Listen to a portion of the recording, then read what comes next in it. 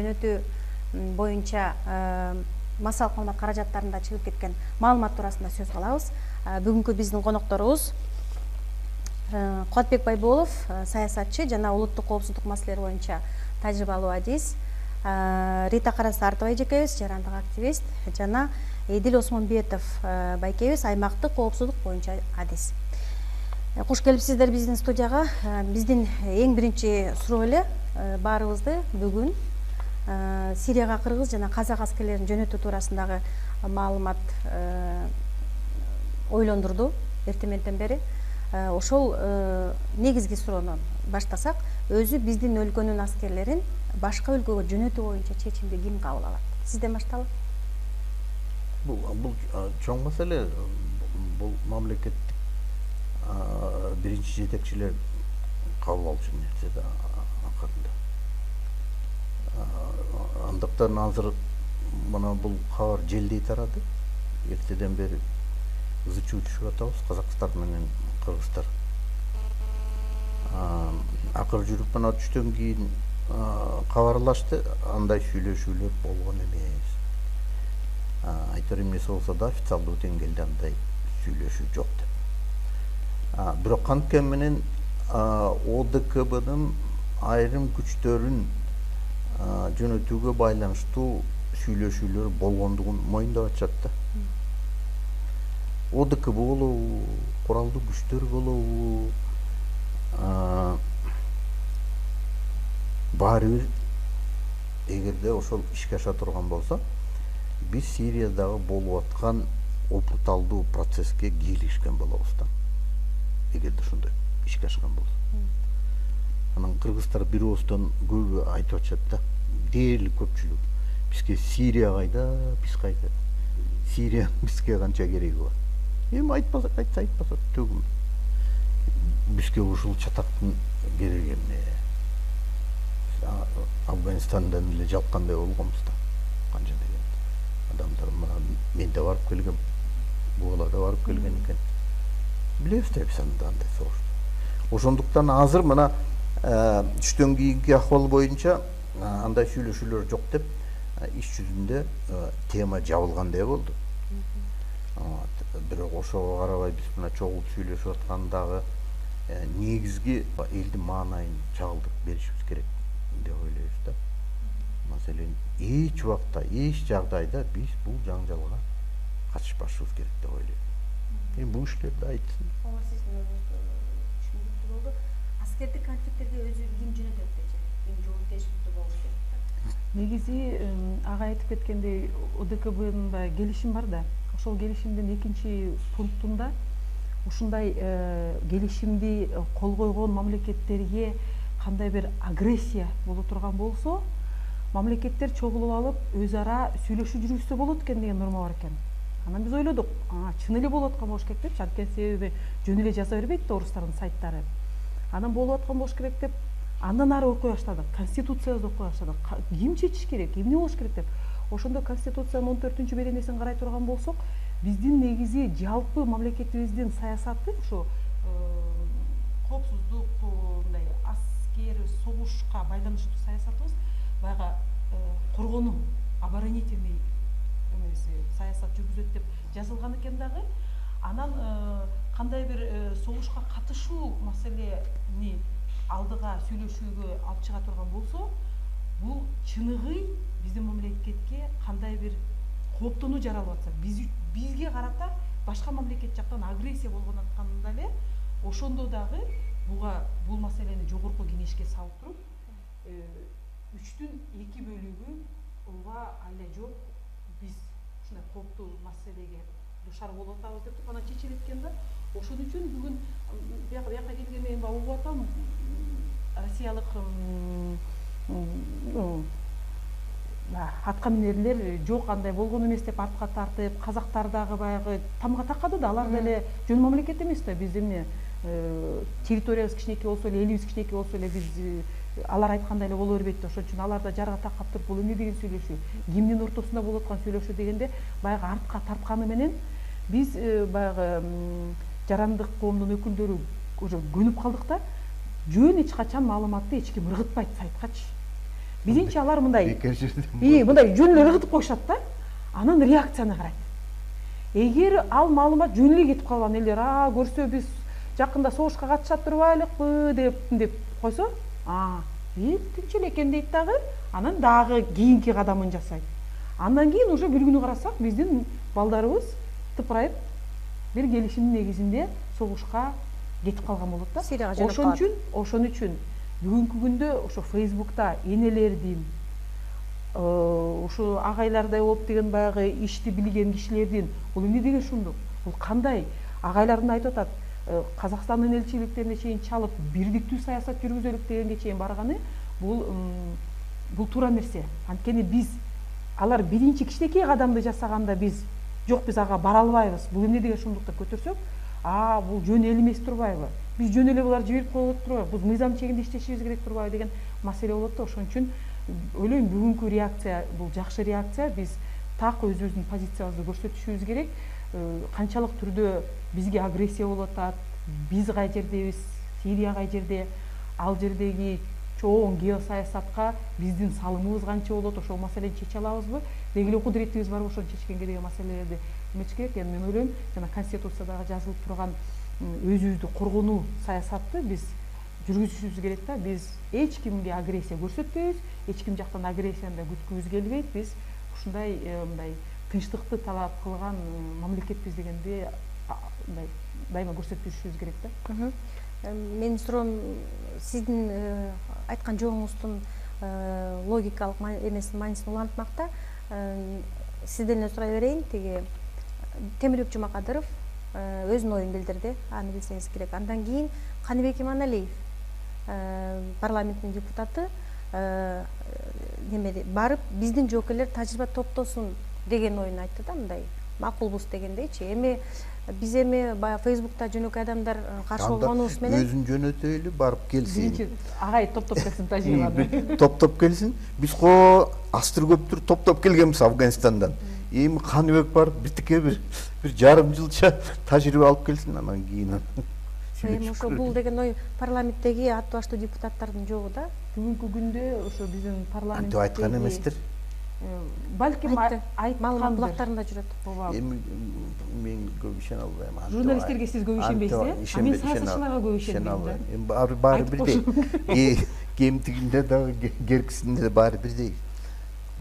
Эгер ошондой сөздү чыныгы айтып, ошону журналисттер так цитировать этип берген болсо, мен ойлойм бул биздин парламенттин дагы кичине мындай маалыматты алдын ала берип койгондугу депчи. Шашылыш түрдө да, анткени себеби биз азыр элди, биз дагы ошол жерге барып тажрыйба топтоп, Сирияда болуп аткан окуя бизге да тиешелүү деген маселеден таптакыр алыс болушубуз керек.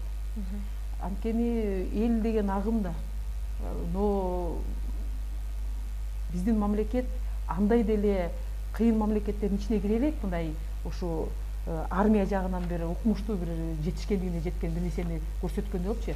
Бул сиз айтып өткөн кишилер жалгыз эмес, аябай көп мындай аттуу баштуу кишилер деле ошол жака барып, өзүбүздүн күчүбүздү көрсөтүп, биримдиктүүбүздү көрсөтүп деп кандай бир деңгээлдеги бир ОДКБнын деңгээлиндеги бир патриотизмдер башталды да. Мен ойлойм, ошол макул болуп аткан аткаминерлердин балдарынан биринчи баштайлык. Ошолор балдарын биринчи жиберип, тажрыйба топтотуп, келип башка балдарга жол көрсөтсүн депчи. Үлгү болсун. Эдил байке, сизге суроо. Темирбек Жумакадыровдун жообу мындай болгондо, баягы тынчтык орнотуу контингенти деп коет дейт да. Ошого тынчтык орнотуш үчүн казакстандык, кыргызстандык жоокерлер барат, ошол боюнча биз сүйлөшүү жүргүзүп атабыз деп Россия Федерациясынын Мамлекеттик думасынын коомсуздук комитетинин төрагасы Владимир Шаманов айтып атат да. Анан кийин ал айткан сөздү ошол Темирбек Жумакадыров тастыктап атат, бул эме деп, тынчтык орнотуу контингенти деп, тынчтык орнотуу үчүн барат депчи. Ошол боюнча сиз ойлойсуз? Бул мындай да, геосаясат кырдаалды карап көрсөкчү, азыр аябай өзгөрүп атат да. Азыр аябай оор болуп атат да. Азыр биз Трамп келгенден кийин аябай өзгөрүү болду Сириядачы. Ал өзү күчүн пайдаланып аятпады, Американы кайрадан күчтүү жасайм депчи.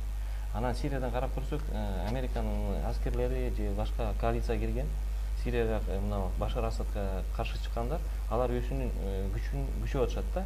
Ошон үчүн биз карап көрөбүз, мына Орусияны карап көрсөк, ал 15-16 жылдардан баштап аябай көп аскер жагынан, каражат жагынан аябай көп акчаны кетирбеди. Анын Россиянын экономикасы да оор санкцияда болуп атат да. Анан орусча айткандай санкция бул эмне? Бул согуштун бир суррогаты да.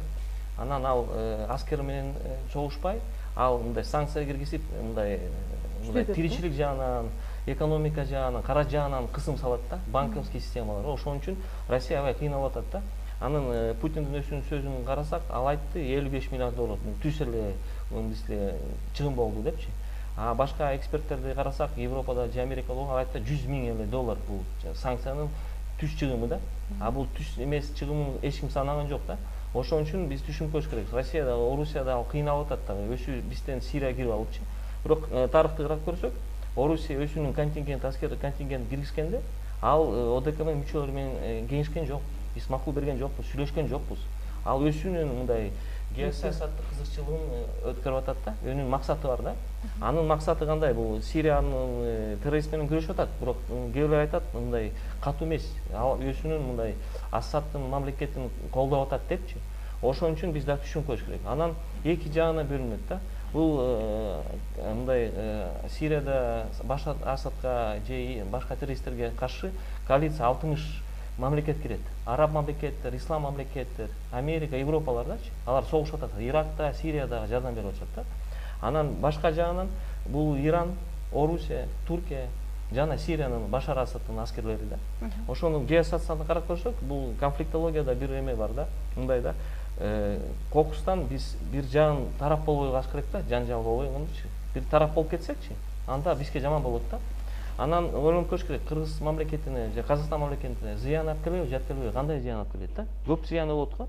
Ошон үчүн мен ойлойм, бул расмий катары таратпаган да маалымат да. Бул кандай маалыматтык маневр деп коет да. Уже туура айткандай, бул реакция кандай болот депчи.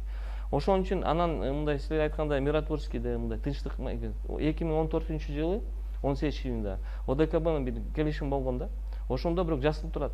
ОДКБнын 6 мүчөсү мамлекет. Ал сөзсүз географиялык Орто Азия кылмыш мамлекеттерди кирген коргош керек. Өзүнүн мындай территориясына эч ким агрессия кылбасын депчи.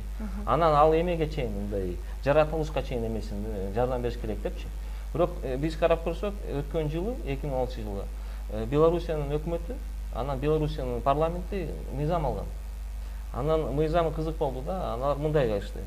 Белоруссиянын аскерлери эч качан тышкы же башка жактан максат өткөрбөйт эч кандай. Миссия жетпейт. Эмне үчүн?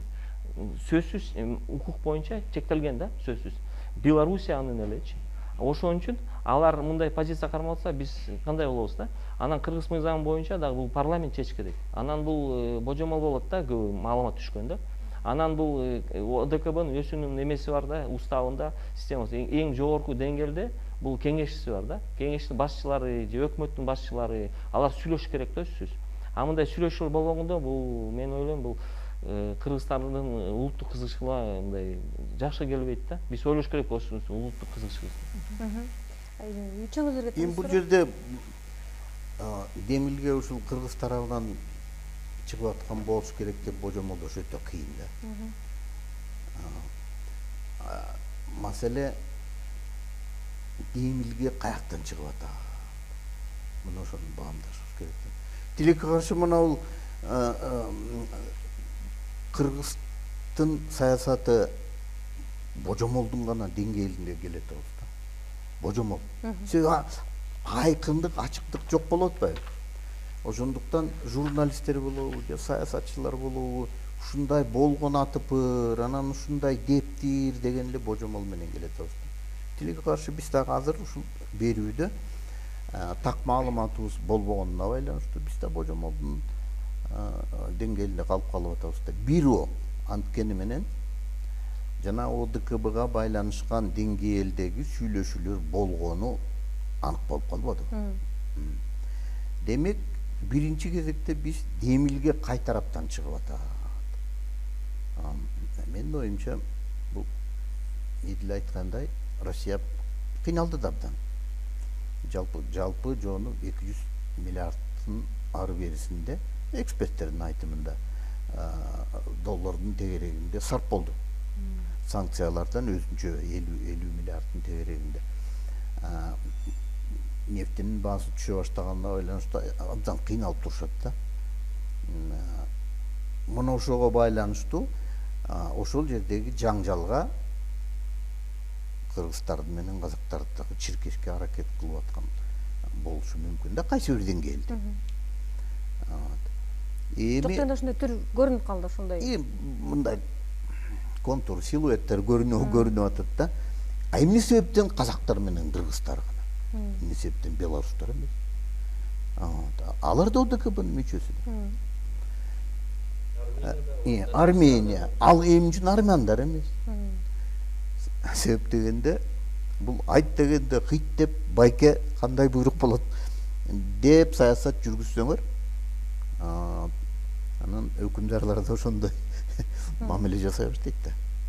Мына ушундай акыбалга өзүбүздү койгонубуз туура эмес да башынан. Себеп тең тарта мамиле жок да. Өнөктөштүк, кызматташтык мамиле жок. Алсыз болсок дагы өзүнчө мамлекетпиз да.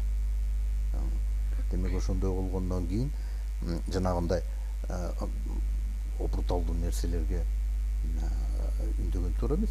ОДКБга байланыша турган болсо мүчөлөрүнүн деңгээлинде гана байланышы мүмкүн. Эгерде ошол айрым бир ОДКБнын мүчөсүнө коркунуч жаралып аткан болсо, коллективдүү жардам көргөзүү деген демилге менен түзүлгөн уюм да бул. Ал эми Сирия ОДКБнын мүчөсү эмес. Россия өзү барып ошол жерге кириптер болуп тыгылып алып, анан эми айрым бир деңгээлдеги саясатчылар бизди да ошо чиркешке аракет кылып атканда. Биз жана божомолдун деңгээлинде болсо дагы жанагындай сүйлөшүү жүрүп аткандыгына байланыштуу өзүбүздүн позициябызды билгизип, кескин түрдө жок деген маанайыбызды билгизип койгонубуз туура болуш керек. Болбосо мазален 79-жылы Афганистанга киребиз деп чуктаса түшкө кирбеген окат болчу да, канча деген балдар калды ал жакта. Эми бул жерде да ошондой болуп кетпес үчүн биздин жана алдын ала каршылыгыбызды көргөзүп атканыбыз менимче туура деп ойлойм да. Сиздер бардыгыбыз эме соц тармактарда отурабыз. Биз ал жакта ар ким өз ойлорун айтып атат, жазып атат. Анан буга чейин бир күн эртең менен кечке чейин түштөн бир аз согуп калганда казактардын позициясы билинди. Алар айтты, андай сөз болгон эмес, андайга биз макул эмеспиз, барбайбыз. Бирок ошол эки тараптын, үч тараптын, төрт тараптын сүйлөшүүлөрүнө атайын бир аянтча түз бергенге даярбыз деген оюн айтты да. Анан кечирээк биздин министрдин интервьюсу Азаттыкта жарыяланды. Анан мен окуп берейин, орусча берген экен, кыргызча биз котордук элек. Эрлан Абдылдаев мынтип айтып атат: биз бул кайрылуу менен маалыматка көңүл бурдук. Биздин президенттин Москвага болгон сапарында бул суроо көтөрүлүп сүйлөшүлгөн эмес. Бирок ар кандай аянттарда, эл аралык оюндарда Кыргызстан мүчөлүк кылган ОДБКда маселе боюнча сүйлөшүүлөр болгон, Россиянын демилгеси менен. Азырынча демилгени көтөрүү боюнча эч кандай сөз болгон эмес деп атат да. Эми ушул мындай өзү президент Кыргызстанда эмес болсо, биздин ички иштер министри, тышкы иштер министрибиз дагы Кыргызстанда эмес болсо, анан бул ой пикирге ойлоруңуз кандай? Негизи биздин президент эмне максат менен Россияга барды деген баарыбызга мындай жашырын эле кетти. ОДКБ 5-6 мамлекеттин баягы кызматташтыгы болгондон кийин алардын өзүнүн регламенттери бар. Сириядагы согуш бир күндө жаралган жок, ал уже канча жылдан бери келаткан нерсе. Ал маселени чече турган болсо, бул деген ош базар эмес да. Бир президент келе калып эле экөөбүз кызматташа коебуз дечи. Мен биринчи оштар ырытканда мен биринчи ойлодум да, мындай жөнөкөй эле бир фейковый эле бир информация болуш керек депчи. Регламенттин негизинде караш керек. Бүт мамлекеттер чогулуп алып, анан жанагы бизде жазылган сүйлөшүү, анан чын эле бизге агрессия болуп атабы? Биз буга макулбузбу? Анан баары кетип туруп, өзлөрүнүн парламенттеринде чечип. Ошондой маселе болуш керек да. Анан бир четинен сүйлөшүү болгон жок деп кайра артка качып аткандары, булар түшүнүп атышат. Регламентсиз. Бирөөлөр менен сүйлөшпөй туруп эле, баары эле бир нерселерди бычып атканын мыйзамсыз болуп атканын сөзүп атат. Жок, биз сүйлөшкөн жокпуз деп. Но кайра эле биздин расмий бийлик ооба сүйлөшүүлөр болгон деп атат. Значит болгон, потому что жөн болбосо эч качан айтат го тиги бактын башы кыймылдабайт шамал болбосо деп сүйлөшүү болгон. Ошондо мен ойлойм да бүгүнкү күндө биз парламенттик өлкө болгондон кийин, президент келгенден кийин эмне үчүн, кайсы повестканын негизинде, эмне деген маселе менен силер Москвага учуп барып, эмне үчүн ошол маселе көтөрүлгөндөрдүн баарын кичи жоопко тартып алыш керек. Эл да тартып алыш керек. Анткени себеби эмне? Бизде президенттик мамлекет эмес, баарын өзү бийлеп, өзү эметкен. Анан биздин парламентарийлер аны комментарийден качып, биз билбейбиз. Мына келгенден кийин сурап алабыз деген ордуна комментарий жазып, биз сапатыбызды оңдойбуз дегени бул да туура эмес да. Бүгүнкү күндө, ооба, бүгүнкү күндө парламентаризм күчүнө келип иштемейин, биз эч качан ушундай өзүм билемдикти токтото албайбыз да. А өзүм билемдик бизде эле эмес. Биздин кошуна мамлекеттердин баары ошондой да, баягы регламент дегенди жазып коюшат да, андан кийин унутуп калышып эле анан жанагындай сүйлөшүүгө келет. Анан эң өкүнүчтүүсү буга чейин, бул маалыматка чейин Россия Кыргызстандын мынча миллион долларын карызын кечкен деген нерсени ыргытышкан. Бул эмнени билдирет? Ошол баленин баары ошол жерде болуп атат да, ошондон кийин мен өтүнгүм келет да, азыркы биздин эртеңки кыргыз элибизди, мамлекетибизди сактап кала турган аткаминерлерге мындай өтүнүч да, акча сурап атканда, акча алып атканда, ал акчанын аркасында эмне деген мындай талаптарды коюп атканды эч качан эч ким жөнөкөй эле акча бербейт, тем более миллион миллиарддарды. Анын аркасында биздин кең байлыктарды коет, анын аркасында биздин эгемендүүлүгүбүздү коет. Ушул жерде биринчи, ой, карызын кечти деп туруп бир маалымат ыргытты да, эртеси күнү мына деп туруп. Анда биздин баабыз ошол акчабы? Биздин балдарыбыз согушка барып катыша турган маселе да. Эмнеге Россия өзү кыйналып атса, бизге да карызын кечет деген маселе да. Макул кечип коеюн, бул кыргыздардан алганча карыйм дагы өтүп кетем, андан көрөк азыр мага жардам бере койсун деген сүйлөшүү болгонбу деп ойлойм. Ошон үчүн бүгүнкү күндө дүйнө жүзүндө мындай жөнөкөй кырдаал эмес, кырдаал оор. Биз азыр ойлонуп туруп, бүт акыл эсибиздин баарын жыйнап туруп, бул жашоо түбөлүк эмес, биз ушул абалды балдарыбыз үчүн тынчтык катары сактап калыш керекпиз дей турган болсок, анда биз башка саясат жүргүзүп, тынчтык өнүктүрүү жакка болуп, жок деп ар бирибиз амбиция болуп, геосаясатта мен кыйынмын, сен кыйынсың деген жакка, биз ошонун ичинде ошолорго жабышып алып, биз дагы ушунуку кыйын, биз да ошого кошомат кыла коелук деген саясатты жүргүзө турган болсо, жана экидөө согуш ортосунан чымын элет болуп биз орто жерден жабыркайбыз да.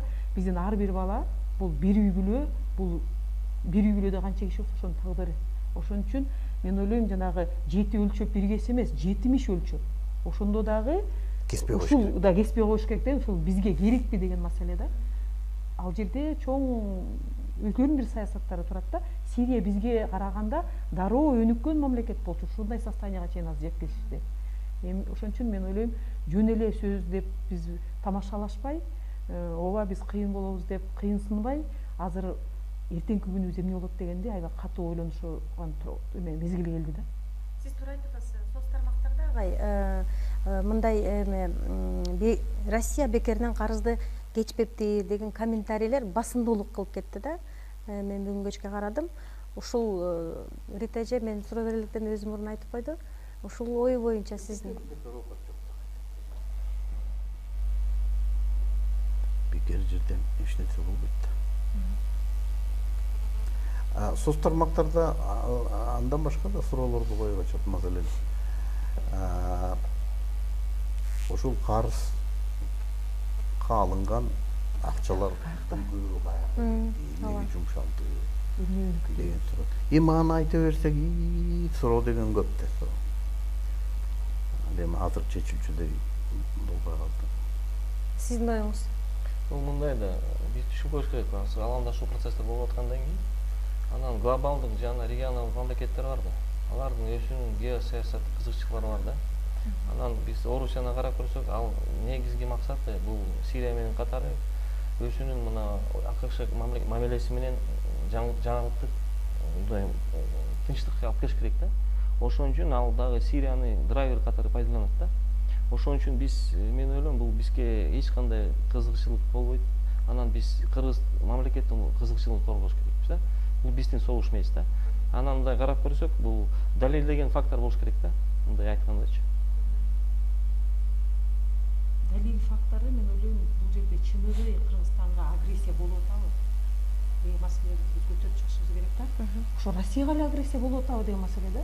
Эч ким Россиянын территориясына келип согуш баштаган жок да. Ошол күнү дагы бул биздин согуш эмес дегенге баягы оош керекпиз да. Ошондо Россияны бирөө басып алдыбы жерин. Же ошол ОДКБ кирген мамлекеттердин территориясына бирөө агрессия болуп атабы. Эгер жок дей турган болсо, эмне үчүн Америка менен Россиянын ортосундагы чоң геосаясатты бир мамлекетте болуп атса, биз да ошол жака барып кирип алышыбыз керек. Биз азыр дүйнөлүк аренада баары менен тынчтык кошуна, добрососедство. Биз тынч, баары менен согушпай, жакшы мамиледе, экономикалык жактан мындай кызматташуу жүргүзгөн деген саясат кылышыбыз керек. Биз кичинекейбиз. Биздин жанагы күчтөрүбүз аз. Биз келгиле өзүбүздү эле мындай карап алалык, бутубузга туруп алалык деген маселе да. Ошондо агай туура айтып кетти. Биздин ички саясатыбыз бул биринчи номерде туруш керек да. Анан ички саясатыбыздан чыккан саясат тышкы саясатка болуш керек. А биз көбүнчөсү кээ бирде тышкы саясатты алып келип ичибиздеги орундатып биринчи орунга коюп коебуз да, ал туура эмес. Ошон үчүн биз агай да айтып кетти, кичинекей мамлекет болсок дагы тең ата мамлекет болуп, алар менен эмнеге биздин кандай кызыкчылык болот, кантип эмнеси менен жакшы деген маселелерди биз коюп туруп, өзүбүздүн кызыкчылыгыбызды коргогонду үйрөнүшүбүз керек. А жанагы биз дайыма акча сурап эле, тияка деле барып эле бүт маселелердин баарын акча сурап эле, анан ошол алган акча дагы өзүң таппагандан кийин мындай эместер жугумдуу деле болбойт да. Ошол акчаны коротуп эле анан жашаганга көнүп калдык дагы, ар бир каражаттын аркасында чоң сырлар жатат. Кийин ошол сырлар ачылышы мүмкүн биздин балдарыбыздын алдында. Биз деле балким билбейбиз. Анан бир күн ача калсак эле көрсө эгемендүүлүгүбүздү давно жоготуп ийген болуп калышыбыз мүмкүн. Ошон үчүн акча алган жагынан дагы биз аябай чебердешибиз керек да. Биз азыр тескеринче өзүбүздүн акчабыз менен үнөмдөп, туура саясатты өткөзүп бутка турганды үйрөнүшүбүз керек да. Каныбек Иманалиев агайдын сүйлөгөн сөзүн эми башка парламенттеги депутаттар колдойт деген ойдон алыспыз да. Алардын бардыгы эле колдоо болсо керек. Эмеси болсо дагы мынча ызы чуу болуп, эл ушундай тынчсызданып, кабатырланып жаткандан кийин парламент биринчи күнүнөн калбай бул маселени талкуулаш керек деп ойлойм. Кандай дейсиз? Талкуулаш керек да. Канткени менен кайсы бир деңгээлде, эң төмөнкү деңгээлде болсо дагы сүйлөшүү болгон экен да. Таптакыр эле тиги көчөдө эмес, коридордо эмес, комитеттин деңгээлинде, ОДКБнын кайбир структураларында болгон сүйлөшүү экен. Демек парламент талкуулап өзүнүн маанайын билдириш керек. Эл тынчсызданып жатат да. Талкуулабаса бизди азыр деле парламенттик мамлекет деп айтканыбыз менен баары эле ойлойт да, бүт маселенин баарын президент чечет деп. Башкасы жок да, майле жок ушуну. Анан азыр андан бешбеттери далил болуп калат да. Көрсө президент өзү барып эле каалагандай карыз алып эле ага карызды кечип койду, анан биз балдарды жиберип койду. Бул президентке деле баягы минус болуп калат да, эгер ушул бойдон таштап кое турган болсо. Ошон үчүн жоопкерчиликти мойнуна алып туруп, парламент ошол маселени көтөрүп, президенттин өкүлүн чакырып, өзүн эле чакырып, эмне сүйлөшүүлөр болду, эмнелерди айттыңар деп туруп, ошол документтерди тастыктап көрүш керек. Анткени чыныгын агай деле туура айтты, биз деле бир орустардын балким ушак таратып ийген нерсесин талкуулап отурабызбы деген нерсе да. Баягы биздин эле атка минерлер ооба сүйлөшүүлөр болгон деп эле тастыктаганы болбосо, калган колубузда бир да кагазды көрө элекпиз. Ошондо эмне кагаз экен? Ошол жана тынчтык максатында барат деп атканды алар кандай түшүнөт? Тынчтык деген эмне? Ким кепилдик берет деген маселелерди мен ойлойм парламент көтөрүп, ачык айкын ошону талкуулап, элди мындай тынчтантпаса, башкаларын айтпайм, но апалар, балдары чоңоюп калган апалар, биз балдарыбызды андай согушка жибергенге даяр эмеспиз деген нерсени социалдык тармактарда аябай талкууланып атат да. Бул ушундай маалыматтын болушу өзү 22 июнда эле башталган экен да. Бул бүгүн эмес, кече башталган. Анан жанагы Түркиянын Россиядагы өкүлүнөн башталган. Эми ал Ибрагим деле Калын. өзүнүн сөзүн дагы бир жолу окуп көрсөңөр, ал деле ошол Россиялык айрым булактарга таянып, ошолордун сөзүнө таянып айтып атат да. Ооба таянат. Демилгечи биз же болбосо бизден чыкты деп айткан жок ал. Орустарга ссылка кылып айтып атат да.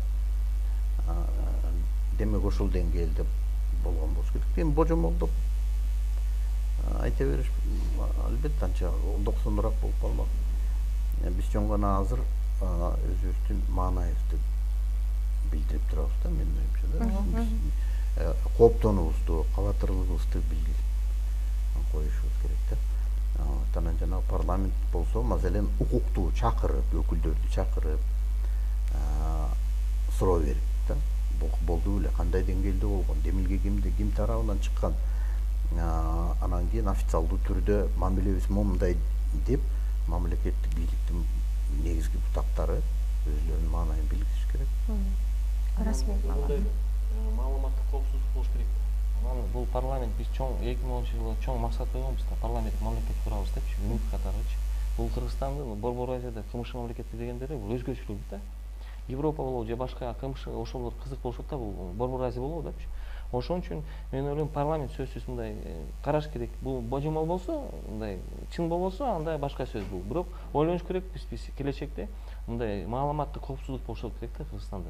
Эч ким Кыргызстандын мындай тынчтылыгын, мындай биздин жакшы жашаганыбызды эч ким эметпеш керек, тышкы күчтөрчү пайдаланбаш керек да. Ошон үчүн биз мындай аргумент катары же мындай биз мындай өзүбүздүн бир коомдук же мындай мамлекеттен чара көрүш керек, сөзсүз токтотконгочу мындайларды. Анан карап көрсөк, эмне үчүн Туркиядан чыккан? Туркия ал дагы өзүнүн геосаясаттык максат койгон 3 жыл мурун. Анан ал дагы Сирияда же Иракта өзүнүн геосаясаттык кызыкчылыгын жетпей атат да. Ошон үчүн азыр бир жагынан аламдашуу процесстер болот. Бир жагынан аламдашуу процесс бир чоң айылга айланып атпайбызбы? Тыгыз мамиле менен, интернет менен катары. Бир жагынан бул аймактык процесстер күчөп атат да. Анан Орусия болобу, же Туркия болобу, же башка мамлекет болобу, алар сөзсүз аларга дагы дос керек. Иран анан Хизбалла. Аларга да, Иранга да ушул төртөө бир жак, калгандары бир жак болуп атпайбы? Демек ушул 3 мамлекет анан бир уюм дагы биз барып кириптер болуп ошол жака тыгылып калсак абдан кызыктар болуп турган болушу мүмкүн да. Анан аймактык процесстер болгондон кийин Орусиядан карап көрсөк, ал дагы достор керек, ага партнерлор керек. Эмне үчүн? Мындай асыр болуп калбадыбы? Сен эл аралык аянтка чыксаң, ООН болобу же башка бир мамлекет чыкса, бул эл аралык деңгээли бир же күчү бар да. Бул 5-6 мамлекет чыксачы, колдоп бир максат. Андан ошондо ары карашат. Бул алар менен эл аралык мындай өзүнүн веси чоңураак депчи, сүйлөшүш керек. Мынча бар депчи. Ошон үчүн ал дагы мындай процесс бар да. Ошон үчүн чоң мамлекеттер, регионалдык мамлекеттер алар иштейт, досторду же партнерлорду мындай бир чоң максат, коопсуздук болобу депчи. Биз даже Кытайды карап атабыз, ал дагы ошондой болуп атат да. Ошон үчүн биз мына асыр чоң саясатта биз аябай түшүнүш керекпиз, эмне болуп атат, кайка барабыз депчи, кайсы жолго депчи. Ал боюнча парламентте сөз болуш керек чүңбү? Биринчи адамдардын арасында сөз болуш керек. Бул парламентке дагы жакшы да. Ал башка деңгээлге чыгып кетет да. Аларды тажрыйбалуу процедуралар түшүндүрөт да. Бүгүнкү күндө биздин парламентте 2010 жылы жазылган конституцияда парламентке көп укуктар берилген. Тилекке каршы парламент өзү ала албай атат да. Бийликти эч ким өткөрүп бербейт. Бийликти алыш керек. Ошондо коопсуздук маселе болобу, ошондой болгон кооп эме маселе болобу. Ошо жок эми ала албай калганда ошол өкүнүчтүү болуп атат да. Тынч эле отуруп беришет да. Анан жолдо жаткан бийликти каалаган киши алып алат экен да. Ошон үчүн депутаттар ал дагы эл менен шайланган да. Элдин өкүлү да. Анан элдин добушун алган кишилер алар эле сүйлөп атат да. Ошон үчүн алар сөзсүз көтөрүш керек. Анан мындай ойлоп көрсөк, политология жагынан парламентте эң негизги көйгөй саясий же геосаясий, экономика мындай көйгөй маселелер чечилиш керек да. Мына эшикте эмес, революция эмес, ошондой чечиш керек. Бул депутаттардын эле өзүнчө укугу да. Ал үчүн ошол сиз айткандай парламентте өзүнүн бийлигин колуна ала албай атат деп атпайсызбы? Ошон үчүн кандай кылыш керек, эмне кылыш керек? Ай. Айтыңыз. 25 жылдан ары беріс болды. Біз ошол 25 жылдын 15 жылын эң бер жагы реформалар болуш керек, анан баланча реформа болуш керек, анан түкүнчө реформа болуш керек деп күнү бүгүнкүгө чейин ар кайсы деңгээлде айтып келатабыз. Мына биз дагы айтып мына эми жүрүп отуруп биз ушундай акыбалга кептелдик. Азыр реформалар болбош керек. Биринчиден эч кандай реформа болбойт. Экинчиден болгон күндө дагы жыйынтык чыкпайт. Үчүнчүдөн өтө коркунучтуу болуп калды. Саясий реформа болуп, анан ошол саясий реформанын жыйынтыгында калган тармактагы реформалар ыраттуу болмоюнча эчтеке чыкпайт.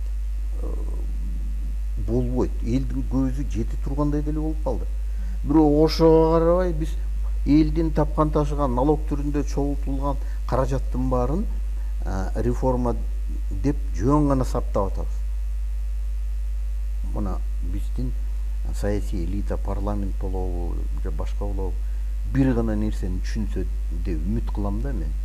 Саясий реформалар биринчи кезекте өткөрүш керек. Мамлекеттик башкаруу системаны, демократиялык институттарды, жаңы институттарды, эски мына тоскоол болуп аткан, тормоз болуп аткан институттарды жоюп, жаңы прогрессивдүү институттарды киргизип, андан соң башка реформаларга каражаттарыбызды сарптабасак, биз ушу дагы 25 жыл ушу боюнча кала беребиз. Ушул ой. Көз карашым боюнча ар бир мамлекетте 3 бийлик бутагы бири-бири менен тең салмакта болуп, бири-бирин мындай үстөмдүк кылбай аңдып турса, ошондой эле система өнүгүүгө барат деген неме бар да. Эми ал жөн теория эмес. Ал өнүккөн мамлекеттер көрсөтүп турат да. Ошол 3 бийлик бутактын баарын бир эле институт басып алса, биздей болчу президент. Анда өнүкпөйт. Ошон үчүн бүгүнкү күндө парламент өз ордун табыш керек. Сот бийлиги да өзүнүн ордун табыш керек. Аткаруу бийликтин да өзүнүн орду болуш керек. А президентибиз бул ушул 3 бийликтин ортосунда тең салмактуулук бар бекен, элимдин биримдигин, жакшы эртеңки күнгө ишенимдүү болуп турган эме болуш керек. Ал күчтүү президент болуп баарын тизелетип, бүт баарын мен билем деген президент эмес. Ал тескеринче ошол мен билем, мен баарыңардан кыйыныракмын дегенден бүт көйгөйдүн башы ошон үчүн чыгып атат да. Сотуң деле президент эмне дейт болду деп озун карап, парламенттагы эмне үчүн ал маселени бизге айтпай чечип атат деген эметпи, аткаруу бийликти такыр эле айтпай эле коелук. Ошон үчүн биринчи ага айткандай бул саясий. Биз ошол туура тең салмактуулук системаны куруп алмайынча, башка реформаларды канча айт, ал кайра эле келип бир кишиге такалып, бир кишиден кызыктар боло берет да. Ошон үчүн биз ошол системаны биринчи өзүбүз үчүн чечип алыш керек. Биз эмнени каалайбыз, биз кайсы жолго түшөбүз деп. Анан калган маселелердин баары мен ойлойм бат эле бутуна туруп кетет. Биз мындай оор заманда биз чыйра алат экенбиз да. Бүгүнкү күндө биз 2 революциядан башыбызды өткөздүк, биз чыйра алдык. Азыр биз өнүккөнгө таптаярбыз. Бирок биринчи кадам туура кадам болуш керек. А мындай биз тигини жасайбыз деген ал алдамчылык. Биз көп реформаларды жасай беребиз, а тиги жерде бир киши баарын тескеп, баары бийлеп, ал айткан кишилерди камаба дегенди жасап турган болсо, ал эч качан өнүгүүгө алып келбейт. Ошон үчүн биринчи кадамыбызды туура жасап алсак, калган реформаларды өзү туура нукка түшөт да. Биз азыр шайлоо алдында турабыз, кечирип коюңуз, биз азыр шайлоо алдында турабыз, президенттик шайлоо алдында. Эми ушул мынабу кечеги бүгүнкү эртеменден берки болуп аткан ызы чуу дейбизби, ойлонуу дейбизби, же болбосо ага айткандай жалган маалымат дейбизби, иши кылса, ушундай маселелерди келе жаткан жакында бизге президент боло турган адам катуу ойлонуш керек болуп калды да. Анан биз Next TV каналы талапкерлигин койгон кандидаттардан ушул маселе боюнча оюн сурап телефон чалдык. Телефон чалсак бирөөсү дагы макулдугун берген жок. Ушул эмне себептен берген жок, биз түшүнгөн жокпуз да. Эми ар бир адам өзүнүн оюн айтса болот эле. Эми суроо келе турган президент ушундай маселелер боюнча, ушул маселе боюнча кандай чечим чыгарыш керек? Эгерде Россия тарап жанагындай Шаманов, Коопсуздук комитетинин төрагасы Владимир Шаманов айткан сөздү тастыктап, расмий айта турган болсо. Бул мындай да. Бир жагынан сиз талапкерлерден сураңыз, бул каттоодон өткөн жок да, бул расмий талапкерлер эмес да. Бирок мен ойлойм, бул чоң саясатка саясатчылар кирсе, талапкердин болобу, сөзсүз чоң мындай максаттуу темалар болобу, сөзсүз өзүнүн ой пикирин айтыш керек да. Бул мындай болбойт да. Унчукпай же жооп бергенден болбойт.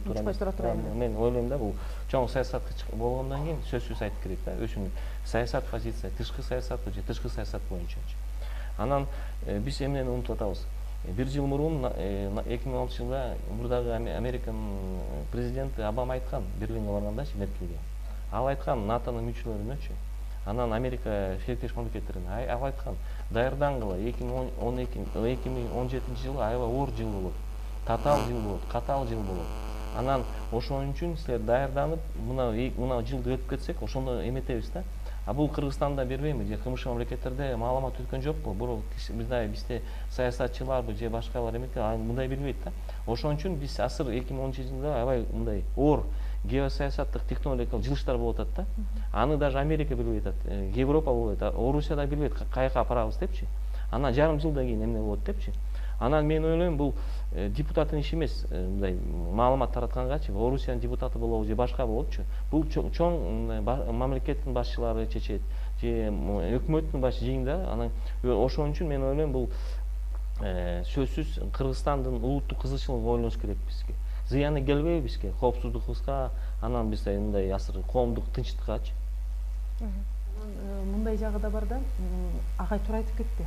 Мен талапкер болом дегенден бияка келип пикирин билдирсе болмок. Анткени себеби биздикилер баягы эки эменин ортосунда жаңчылып калбайын деп, бир жагынан өзүңөр байкап атпайсыздар, талапкерлердин баары эле Россияга барып кирсе, баары эле бирөө менен сүйлөшүп келатат да, түшүнүксүз ким менен сүйлөшүп келаткан, баары эле колдонуп келип атышат да, бизди колдоого алып атат деп элечи. А экинчиден бияка келгенден кийин энелер чыгат эртең мондай таш көтөрүпчү, сен кимсиң деп. Ошон үчүн кой ачык кулактан тынч кулак унчукпай отуруп турайын деп келген жок болуш керек. Мен ойлойм, так пикирди айтышыбыз керек. Агай туура айтып атат. Бүгүнкү күндө кээ бирде ооба кысым болот. Ал дүйнөлүк геосаясат деген бул укмуш нерсе, кысым болот. Но ошондо дагы ооба деп эле алдыга биринчи чуркабай, жанагы бажы биримдикке киргенде бүт документин баарын бири коюп туруп эле берип салганбыз да. Белоруссия четинен коюп атат, ар бир документке кол койгон сайын өзүнүн кызыкчылыктарын баарын эметип атат да, соодалашып атат да, тияк болобу деп. А биз бүт пакеттин баарын айырбаса бүт макул болуп туруп кана эч кимге көрсөтпөй гана кирип алдык да, өзүбүз азыр билебиз, же лабораториябыз жок, же тигинибиз жок, же эме.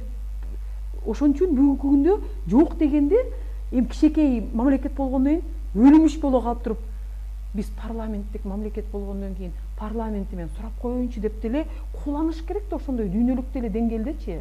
Мен тияк айтпасам болбойт депчи. Мен ойлойм, бүгүнкү күндө биз күчүбүздүн баарын, балким биздин ошондой күчүбүз жетет. Ошондой согушка чыгып аткан чоң мамлекеттердин ичинде дагы данышмандыгыбызды көрсөтүп туруп, ошондой согуштар болбогон тынчтык саясатты алдыга сүйрөп кете тургандын мындай белгиси болуп, анан аларга үлгү болгон деле жетишебиз болушубуз керек. Эмне үчүн биз кичинекейбиз, бизден эчтеке зависит этпейт деп отура беришибиз керек? Жок, биз өзүбүздүн сөзүбүз менен, өзүбүздүн действиялары менен ошол эле Америка менен барып сүйлөшүп, ошол эле Россияга айтып туруп, эмнени силер эметип атасыңар? Келгиле деп туруп ошондойго барганга, ошондой мамлекет болгонго умтулушубуз керек да. А биз кичинекейбиз, биздин ресурсубуз аз, бизден эмне эметмегиле деп отурбай, колубуздан эмне келет деп отурбай, тескеринче биз ошо данышмандыгыбызды көрсөтүшүбүз керек да. Акыйкат башкаруу кыргыздарда болгон. Ошон үчүн биз жоголбой ушул күнгө келгенбиз да. Ошон үчүн данышмандыгыбызды кайра включать этип, ушундай ордо кеңеш деп койчу илгери. Эң ушул маселени жакшы билген кишилерди бат-баттан чогулта коюп, сиз эмне дейсиз, кандай кадамга барсак болот деп. Ошол депутаттар деле колдонсо кандай болот? Канча деген бизде ресурстар бар. Өзүнүн маңдай тери менен ошол эме тажрыйбаны баарын топтогон. Ошол кишилердин баарын чогулта коюп туруп, азыр кандай кадамга барсак болот? Эмне кылсак? Өлүмүш боло калалыкпы, же киши алдыга чыгалыкпы? Же данышмандарыбызды алдыга түшүрөлүкпү деп ошондой баягы эметип сүйлөшүп, бармак кескен бармак оорубайт дейт, ошондойго бара турган болсок, биз сонун эле нерселерди таап кетебиз. Биздин потенциалыбыз дагы аягына чейин ачыла элек. Ачыла турган көп нерселер бар. Демек кеңешпегендикте жатат, Президент өзүнчө, парламент өзүнчө, эл өзүнчө. жок, ашат агай. Жапжакын жерде эмеде ашат убакытта. Үмүт кылып турайлы. Бул мындай Көзү сөккөн жок болсо дедим Жок, бул Кыргызстан эмне үчүн өзгөчө борборго кажет, жакмышылып кетти. Бизде экономика өнүккөн жок, проблемалар бар, башка мамлекеттен карагандачы. Бирок Кыргызстанда саясатчыларда, коомдук же жарандык коомдо саясий жана социалдык тажрыйба бар да. Ал эч ким Борбор Азия, Казакстанда, Өзбекстан, башка Түркмөнстанда жок, даже Орусияда. Эмне үчүн? Алар биз өткөн тарыхый окуяларды өткөн жок, эки революция кыйналган жок да. Бизде ошон үчүн саясий транзит деп коет. Анан биз өткөнбүз. Ошон үчүн Казакстан же Өзбекстан же башка мамлекеттер, даже Орусия, алардын биздин өткөн мындай тарыхтан өткөн саясий тажрыйбасын пайдаланса болот аларчы. Анан мен мисалы келтирип берейин, Кыргызстанда 25 жылдын ичинде бизде дагы мындай тынчтык процесстерди түшүнгөн кишилер көп болчу. Мына Тажикстанда карап көрсөк, 90 жылдарда согуш болгон, жарандык согуш болду. Кыргызстан да өзүнүн салымын кошкон. Мындай алар тынчтык болсун депчи. Же Армения, Азербайжандык, мына Нагорный Карабахтын карап көрсөк, тажрыйбасы бар да, ошондо унутпаш керекпиз да. Анан биз мындай позитивдүү караш керекпиз. Ошондой жылыштар болот да. Анан ЕЭП жөнүндө айтышты да азыр. Бул дагы туура кызык болуп атпайбы? Биз ЕЭПтин мүчөсү болгондон кийин эч качан бул келишме болгонбу же бажынын союзуна киресиңби депчи. Бирок тең тармактуу укук болуш керек да жарандарда. 5 күн, 30 күн эркиндик жүрүш керек. Капитал, транспорт мындай ошондой иштейт да, саясат, экономика жагы. Мындай Кыргыздын жараны ойлойм, мен Минскиде жумуш таап алдым да. Мен ЕЭПтин мүчөсү болгондон кийин мен эч кандай тоскоолдук болгон жок, протекционизм болбош керек да. Ошон үчүн биз карап көрүп атпайбызбы азыр? Чоң мамлекеттер геосаясатта кызыкышуулар бар да. Азыр Өзбекстанды карап көрсөк, Мирзиёев мамлекеттик сапар менен Москвага баргандачы, ал ЕЭПтин мүчөсү эмес. Бирок ал Орусия мамлекети менен 16 миллиардда келишимге келди. 12 миң Өзбекстандын жараны жөнөкөй эле мындай протокол менен 90 баары койгон КМШга кирген мамлекеттер менен өсүм эме. Тажикстанды карап көрсөк, жакында эле алардын бир ярмаркасы өттү. Муну айылдын жемиштерди сатабыз депчи. Россиядан келген аймактык губернаторга келип алабыз депчи. Алар ЕЭПтин мүчөсү эмес. Эмне үчүн мындай болуп атат? Бул чоң саясатпы, геосаясатпы же эмне үчүн? Ошон үчүн биз дагы ойлонуш керекпиз, кандай эметебиз, геосаясатты кандай жүргүзүш керекпиз. Туптура. Кодбек агай, сиз деген дагы коопсуздук маселелери боюнча тажрыйбалуу адиссиз. Биздин кыргыз армиясынын акыбалына баа бере аласызбы? Баткен окуясы болбоду беле? Ошондо ар кандай эсептер менен 700-төн 300-кө чейин деп атышты жана келген баскынчылар. Болду ортосун алайлы, 350-400 тегерегинде. Биз 11 миң аскер мобилизация кылдык. 11 миң. Кыргызстанда болгон ундун баарын жеткирбедик. Каражаттын баарын. Чүдөгөндө эле генерал спаш болуп колго түшүп бердик. 350 ана эшек менен келгендер. Бизде жамандыр, жакшытыр бир 2-3 вертолетубуз бар эмес беле? Бир-эки истребителибиз да бар, кочалды эски моделде болсо да. Мен ошол окуя бүткөндөн ойлогом, Акаев Топоевду баш кылып туруп баарын алабы кызматтан. Жок, званияларды берип, геройлорду бербеди. Биз ошол окуяда биздин аскерлерибиздин, армиябыздын аскер жөндөмдүүлүгү көрүнгөн да. Биз мына ушундай да жыйынтык чыгарбай эле катып эле кур мактаныч менен келе атпайбызбы? Эми азыр деле ашып кеткен жок. Летательный аппараттар жок. Баары эски. Солдаттардын деле акыбалын көрүп атабыз. Анан ошондон болот да. Сарптаган каражатыбызга, чакырган алып барган балдарыбызга, ошол жерде техникаларга жараша болот да. Анан кийин маселен жанагындай ишке кириптер боло турган болсок, Кудай билет, мыкты армиянын 1-2 ротасы талкалап калат. Мен дагы тиги туура эмес айтып атасың дегендер да болушу мүмкүн. Бирок эми чынын айтышыбыз керек да. Мен маселен жаман көргөнү менен айтып аткан жок. Күйгөндөн айтылган сөздөр болуп атпайбы? Ошондуктан биз жанагындай опурталдуу нерселерге кириптер болушубуз керек. Акыбалыбызга жараша. Оюңуздарга чоң рахмат. Атайын убактыңыздарды бөлүп келип ой бөлүшкөнүңүздөргө сиздерге терең ыраазычылык. Урматтуу телекөрүүчүлөр, биз болсо ушуну менен коштошобуз. Бүгүнкү 22 июнь 23 июнь күндөрдөгү жанагы Россия тараптан, Түркия тараптан массалык маалымат каражаттарына айтылган маалыматтар боюнча кандайдыр бир деңгээлде жооп ала алдык деп ойлойбуз. Кечиңиздер көңүлдүү улансын, саламатта калыңыздар.